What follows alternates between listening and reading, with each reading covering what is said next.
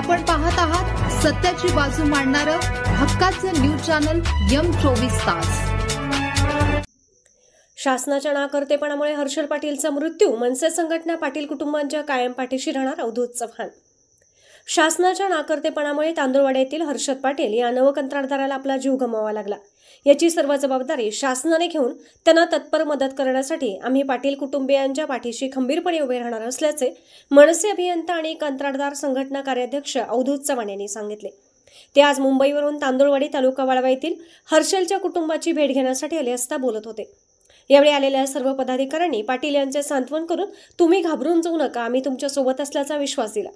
यावेळी संघटना अध्यक्ष गौरव वालावलकर, सरचिटणीस अमित शिंदे, उपाध्यक्ष मितेश खाडे, चिटणीस प्रकाश शेलार व जिल्हा संघटक रस्ते व आस्थापना अमोल काळे, वैभव पाटील, अमोल भैया काळे, जिल्हा संघटक सांगली जिल्हा महेश शिंदे, पलूस तालुका संघटक सुशांत माने, पलूस उपतालुका संघटक विक्रम माने, पदाधिकारी पवन मांडरे, गणेश पाथरवट उपस्थित होते।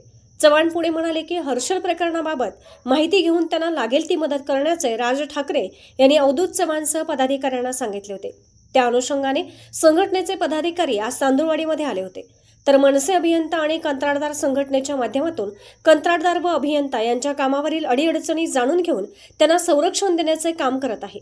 तसेच तांदुळवाडी येथील हर्षलसारखे आणखी कोणी बिल मिळत नाही किंवा इतर कोणत्या कारणांनी दबावाखाली आहेत का याची माहिती घेऊन त्यांना सर्वतोपरी मदत करणार असल्याचे चव्हाण यांनी सांगितले। ते नेमके काय म्हणाले ते पाहू।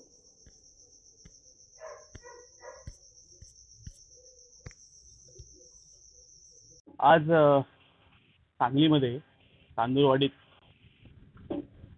दुर्दैवी घटना घडली। आमचा हर्षल पाटील बिलं न मिळाल्यामुळे हा जग सोडून गेला आहे। त्याच्या कुटुंबियांचं सांत्वन करायला सन्माननीय राजसाहेब ठाकरे यांनी आम्हाला पाठवलंय।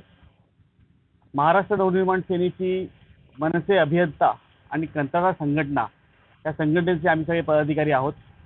त्या संघटनेचे अध्यक्ष आहेत गौरव वालावलकर, माझ्याबरोबर मी स्वतः कार्याध्यक्ष आहे। सरचिटणीस अमित शिंदे आहेत, उपाध्यक्ष मितेश खाडे आहेत माझ्या मागे, आणि चिटणीस प्रकाश शेलार, त्याचबरोबर ह्या गावचे आमचे सहकारी वैभव आहेत आणि मनसेचे आमच्या रस्ते आस्थापनाचे अमोल काळे इकडे आहेत। फार दुःखद घटना घडली आहे। मला या सरकारला विचारायचं की तरुण गमवायचं म्हणजे आता शेतकऱ्यांची आत्महत्या होती तेव्हा आता कंत्राटदारांनी आत्महत्या करायची का? अधिकाऱ्यांचे भाऊबंधू कंत्राटदार झालेत, अधिकारी त्यांचीच बिलं पास करतात असंही आम्हाला कळलं। 4-5 वर्षापूर्वी मुंबईकडे जगदाळे नावाच्या एका कंत्राटदाराने आत्महत्या केली होती।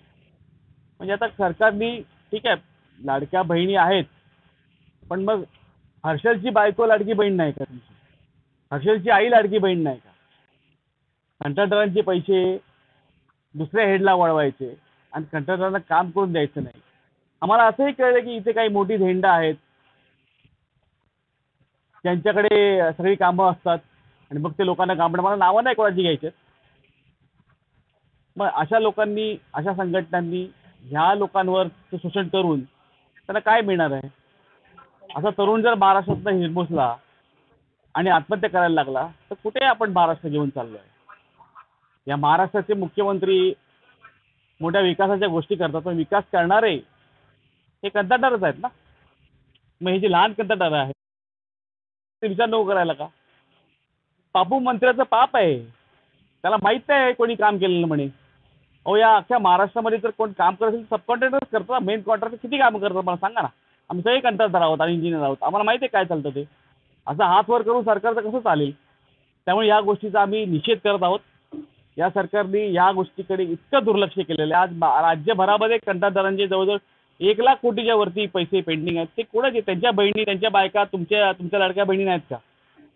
मग इलेक्शन पुरता पैसे वाटून कंत्राटदारांना नुकसान, जर आपण अन्याय करणार आहोत तर हा अन्याय जनतेवरच आहे असं आम्हाला वाटतं।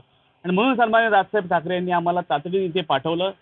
आम्ही पाटील कुटुंबियांची भेट घेतली, त्यांचं सांत्वन केलं, त्यांच्या मागे आम्ही भक्कम उभे आहोत असं आम्ही त्यांना सांगितलं। आणि यापुढे पुढच्या आठवड्यातच सन्माननीय राजसाहेबांची भेट आमची होणार आहे, त्यांनी वेळ दिलेली आहे। आणि हा विषय महाराष्ट्राच्या कानाकोपऱ्यात कसा जाईल आणि अगदी मग कुठचाही कंत्राटदार असो त्या कंत्राटदाराचा एकही रुपया राहणार नाही ह्याची आम्ही साहेबांच्या तर्फे आम्ही पूर्ण आंदोलन करणार महाराष्ट्रभर आणि हा विषय लोकांपर्यंत पोहोचवणार आहोत। धन्यवाद।